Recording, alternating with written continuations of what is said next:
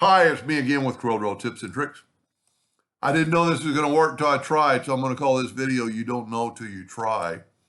I'm going to move this out of the way. I did not know that you could cut out the interactive fill tool and make it work. I'm going to take an ellipse, holding down the control button. I'm going to hit P. I'm going to go ahead and hit Control D, and then holding down the Shift key, I'm going to bring that one in smaller. You could do a lot more rings, but for the video to make it faster, I'm going to blend it just 3 times, and I get that. Now go up to Object, break the blend apart. I always go and ungroup all, and then go back and group it, because after you blend, those center 3 are going to be a group. Now I'm going to, holding down the control button, I'm going to put it up top. Control D, alternate C, which makes it rotate from the center, and I'm going to rotate it 60 degrees. That's pretty good, but what I'm going to do is I'm going to lower that a little bit. Let me put my nudge factor on like 0.5, and let's lower this just a little bit, twice. Control D, alternate C, and we'll rotate it 60 degrees. That's more about what I want. Now, put that back and change your nudge factor to like 15. Grab that one and move it out of the way. Now we're going to take this one, not moving it. I'm going to get the Smart Fill tool, and I'm going to fill this in. And you could do the center also, but for the video, I'm only going to do that. Now I'm going to select the outside one, get the interactive fill tool, and swipe across. The interactive fill tool, when you use the elliptical, has 2 handles. We're almost perfectly square, but I'm not in the center, so I'm going to move it to the center. If you move this one, you get still a perfect circle.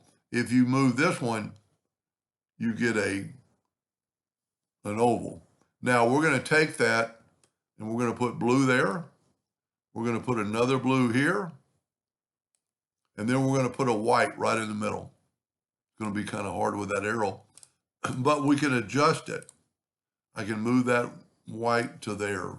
I'm actually going to move that blue right to the edge.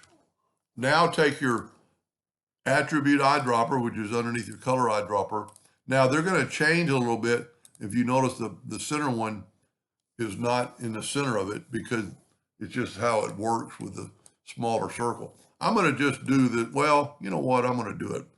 I'm going to do color, see if I can't pick better color.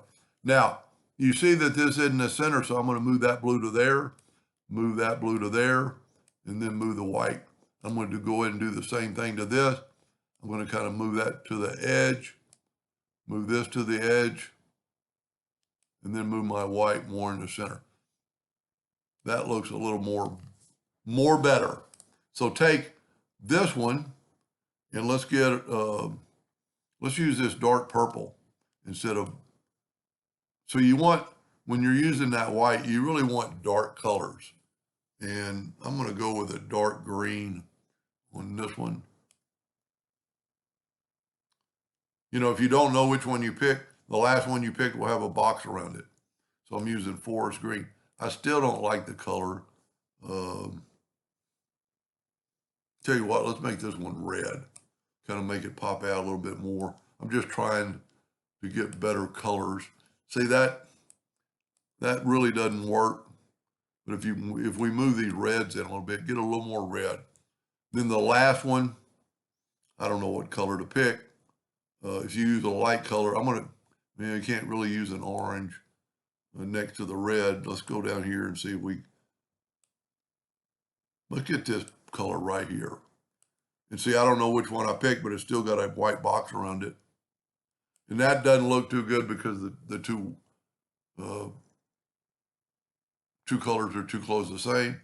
So let's go with this is going to be an ugly color, but maybe it'll look good. Well, we're going to call that good. Now, group this together, Control G. Nudge, whoop, I accidentally moved it. My nudge factor is still set on 15, so I'm going to move it over.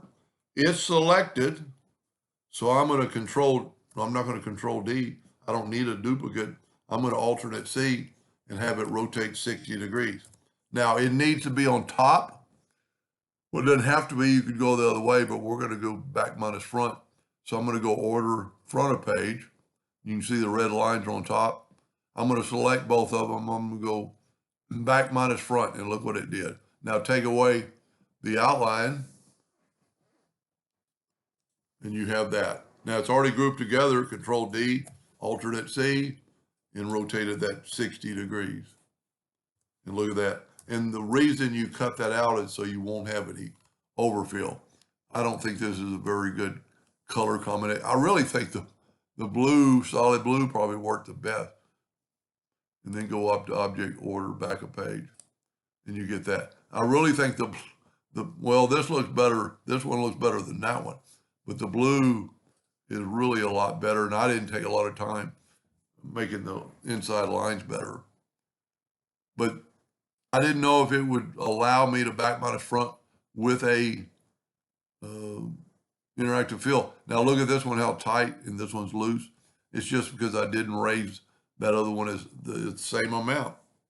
Anyway, I hope that gave you an idea or two, and thank you for watching.